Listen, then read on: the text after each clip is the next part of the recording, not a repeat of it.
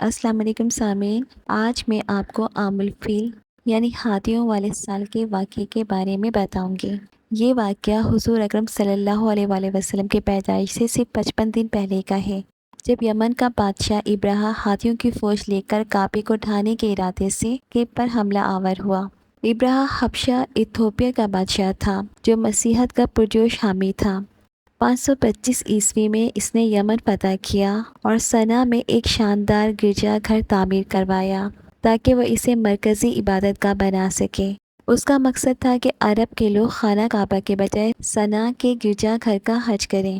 یہ بات مکے والوں تک پہنچی تو ان میں غصے کی لہر دوڑ گئی۔ قبیلہ کنانہ کا ایک شخص یمن جا پہنچا اور غیظ و غضب میں گرجا کو نجاست سے آلودہ کر دیا۔ جب ابرہہ کو یہ معلوم ہوا تو وہ سخت غضبناک ہوا اور کعبے کو تباہ کرنے کی ٹھان لی۔ سن 570 میں ابرہہ ہاتھیوں کی بڑی فوج لے کر مکہ کی طرف روانہ ہوا۔ اس کی فوج نے مکہ پہنچتے ہی مکہ والوں کے تمام اونٹ اور دیگر مال مویشی چھین لیے، جن میں حضرت عبدالمطلب ہمارے پیارے نبی آن حضرت صلی اللہ علیہ وآلہ وسلم کے دادا کے 200 یا 400 اونٹ بھی شامل تھے۔ حضرت مطلب کو اس واقعے سے سخت صدمہ پہنچا، اس لیے آپ اس معاملے میں گفتگو کرنے کے لیے ابرہہ کے پاس تشریف لے گئے۔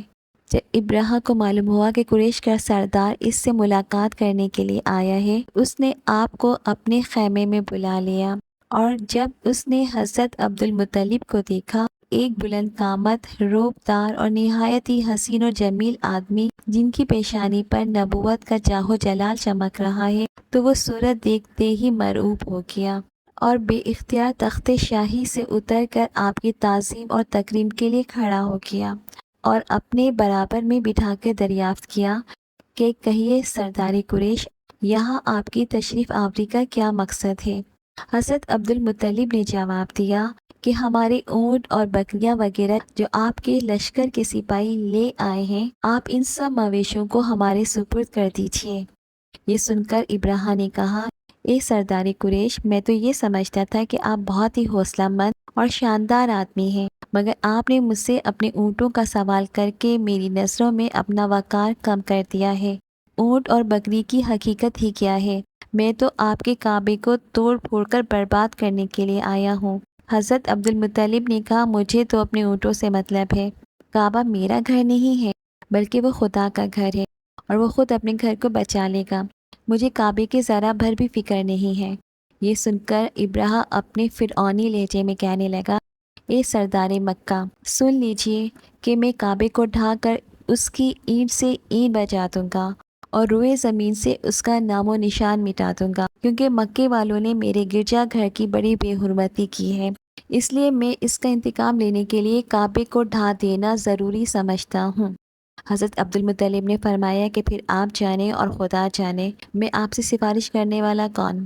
اس گفتگو کے بعد ابرہہ نے تمام جانوروں کو واپس کرنے کا حکم دے دیا، اور حضرت عبدالمطلب تمام اونٹوں اور بکریوں کے ساتھ اپنے گھر چلے آئے، اور مکے والوں سے فرمایا کہ تم لوگ اپنے اپنے مال مویشیوں کو لے کر مکے سے باہر نکل جاؤ اور پہاڑوں کی چوٹیوں پر چڑھ کر اور دروں میں چھپ کر پناہ لے لو۔ مکے والوں سے یہ کہہ کر پھر آپ خود اپنے خاندان کے چند آدمیوں کو ساتھ لے کر خانہ کعبہ میں گئے اور دروازے کا حلقہ پکڑ کر انتہائی بے قراری اور گریہ اور زاری کے ساتھ ساتھ یعنی رو رو کر دربار الہی میں اس طرح دعا مانگنے لگے، اے اللہ، بے شک ہر شخص اپنے گھر کی حفاظت کرتا ہے، لہٰذا تو بھی اپنے گھر کی حفاظت فرما، اور صلیب والوں یعنی عیسائیوں کے مقابلے میں اپنے اطاعت شعاروں کی مدد فرما۔ حضرت عبدالمطلب نے یہ دعا مانگی اور اپنے خاندان والوں کو ساتھ لے کر پہاڑ کی چوٹی پر چڑھ گئے اور اللہ تعالیٰ کی قدرت کا جلوہ دیکھنے لگے۔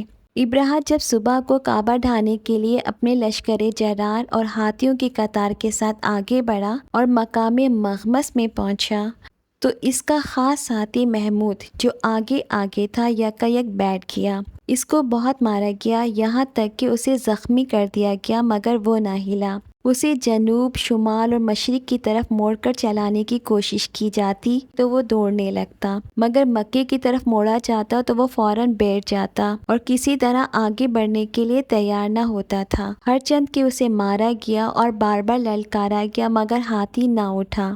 اسی حال میں قہر الہی ابابیلوں کی شکل میں نمودار ہوا اور ننھے ننھے پرندوں کے جن جن کی چونچ اور پنجوں میں 3 کنکریاں تھیں سمندر کی جانب سے حرم کعبہ کی طرف آنے لگے۔ ابابیل کے ان لشکروں نے ابراہیم کی فوج پر اس زور و شور سے سنگباری شروع کی کہ آن کی آن میں ابراہیم کے لشکر اور اس کے ہاتھیوں کے پرخچے اڑ گئے۔ ابابیلوں کی سنگباری خداوند قہار و جبار کے قہر و غضب کی ایسی مار تھی کہ جب کوئی کنکری کسی ہاتھی سوار کے سر پہ پڑتی تھی تو وہ اس آدمی کے بدن کو چھیدتی ہوئی ہاتھی کے بدن سے پار ہو جاتی تھی۔ ابراہیم کی فوج کا ایک آدمی بھی زندہ نہ بچا اور وہ سب کے سب ابراہیم سمیت اس طرح ہلاک اور برباد ہو گئے کہ ان کے جسموں کی بوٹیاں ٹکڑے ٹکڑے ہو کر زمین پر بکھر گئیں۔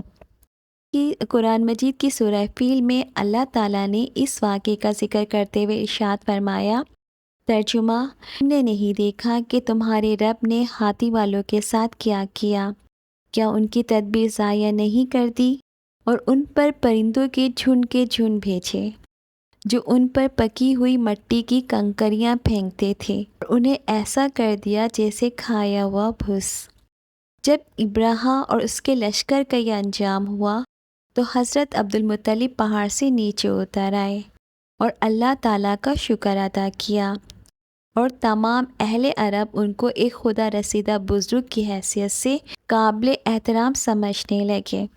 یہ واقعہ اس بات کی روشن دلیل ہے کہ جب بھی کوئی طاقت اور دولت کے نشے میں مغرور ہوا تو اللہ تعالیٰ نے معمولی چیزوں سے اسے ہلاک کر دیا، جیسے نمرود اپنی طاقت پر اتنا مغرور ہوا کہ اللہ تعالیٰ کو چیلنج کیا اور اللہ نے اسے ایک مچھر کے ذریعے ہلاک کروا دیا۔ اسی طرح ابراہیم کے ہاتھیوں کو چھوٹے پرندوں کے ذریعے تباہ کر دیا گیا۔ یہ واقعات ہمیں یاد دلاتے ہیں کہ انسان کے غرور طاقت کی اللہ کے سامنے کوئی حیثیت نہیں اور تمام بڑائی کی حقدار صرف اللہ تعالیٰ کی ذات ہے۔